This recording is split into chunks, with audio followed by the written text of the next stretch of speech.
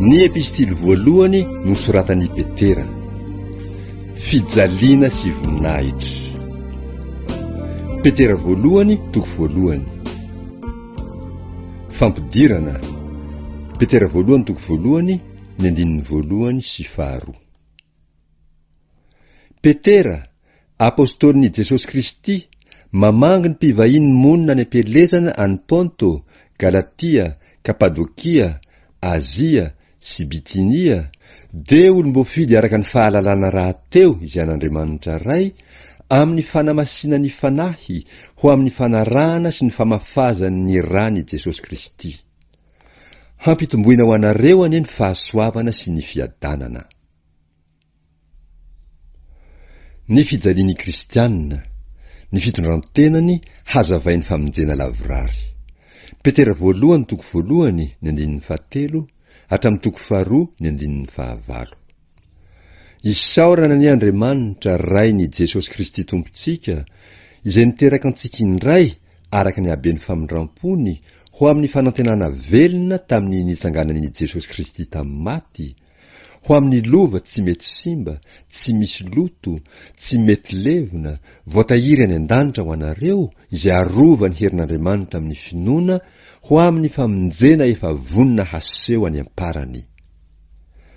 Izany no iravoravonareo, na dia ampalahelovana vetivety ankehitriny amin'ny fakapana maro samihafa aza ianareo, raha tsy maintsy hisy izany, mba ho hita ho fiderana sy voninahitra ary fankalazana ny fizahan-toetra ny finoanareo, izay tsara lavitra noho ny volamena mety ho simba, na dia voazahan-toetra tamin'ny afo aza, dia amin'ny isehoan'i Jesosy Kristy, izay na dia tsy mbola hitanareo aza dia tianareo, ary na dia tsy hitanareo ankehitriny aza, nefa satria inonareo dia iravoravonareo amin'ny fifaliana tsy azo tononona sady be voninahitra, mandray ny antony finoanareo dia ny famonjena ny fanahy.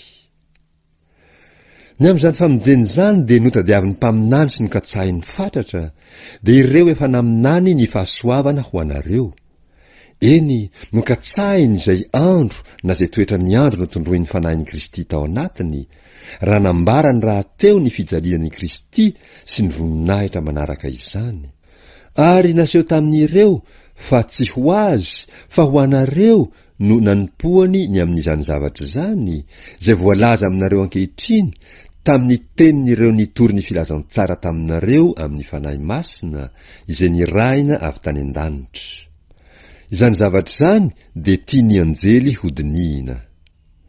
Koa amin'izany, sikino ny sainareo, dia mahonona tena, ka antenao tsara ny fahasoavana izay hoentina ho anareo amin'ny hisehoan'i Jesosy Kristy. Tahaka ny zanaka manoa, tsy mitondra tena araka ny filanareo fahiny tamin'ny tsy fahalalanareo, fa araka ny fahamasinan'ilay niantso anareo, dia aoka mba ho masina koa ianareo amin'ny fitondrantena rehetra, satria voasoratra hoe, ho masina ianareo satria masina aho. Levitikosy 4:10, ny andininy 4:40. Ary raha ilay tsy mizahatavan'olona, fa mitsara araka ny asan'izy rehetra no antsoinareo hoe ray, de mitondra tena amin'ny fahatahorana mandritra ny andro ny fivahinianareo ety. Fa fantatrareo fa tsy zavatra mety ho simba, tahaka ny vola fotsy sy ny volamena, no nanavotana anareo tamin'ny fitondrantena adala, izay azonareo tamin'ny nentin-drazana, fa ny rà soan'i Kristy, toy ny rà ny zanak'ondry tsy misy kilema ary tsy misy pentipentina. Izay fantatra rahateo, fony tsy mbola ary ny fandrenan'izao tontolo izao, fa efa naseho tamin'izao andro farany izao noho ny aminareo, izay mino an'Andriamanitra amin'ny alalany, dia ilay nanangana azy tamin'ny maty ka nanome voninahitra azy, mba hiorena ny finoanareo sy ny fanantenanareo amin'Andriamanitra. Satria efa nodiovinareo ny fanahinareo tamin'ny fanarahana ny fahamarinana ho amin'ny fitiavan-drahalahy tsy miangatra, de mifankatiava fatratra amin'ny fo. Fa efa teraka indray ianareo, tsy tamin'ny voa mety ho lo, fa tamin'ny tsy mety ho lo, dia ny tenin'Andriamanitra izay velona sady maharitra. Fa ny nofo rehetra dia tahaka ny ahitra, ary izay mety ho voninahiny dia tahaka ny voniny ahitra. malazo ny ahitra ka mihintsana ny voniny, fa ny tenin'ny Tompo maharitra mandrakizay. Isaia 40:9-9. Ary izany no tenin'ny filazantsara izay notoriana taminareo.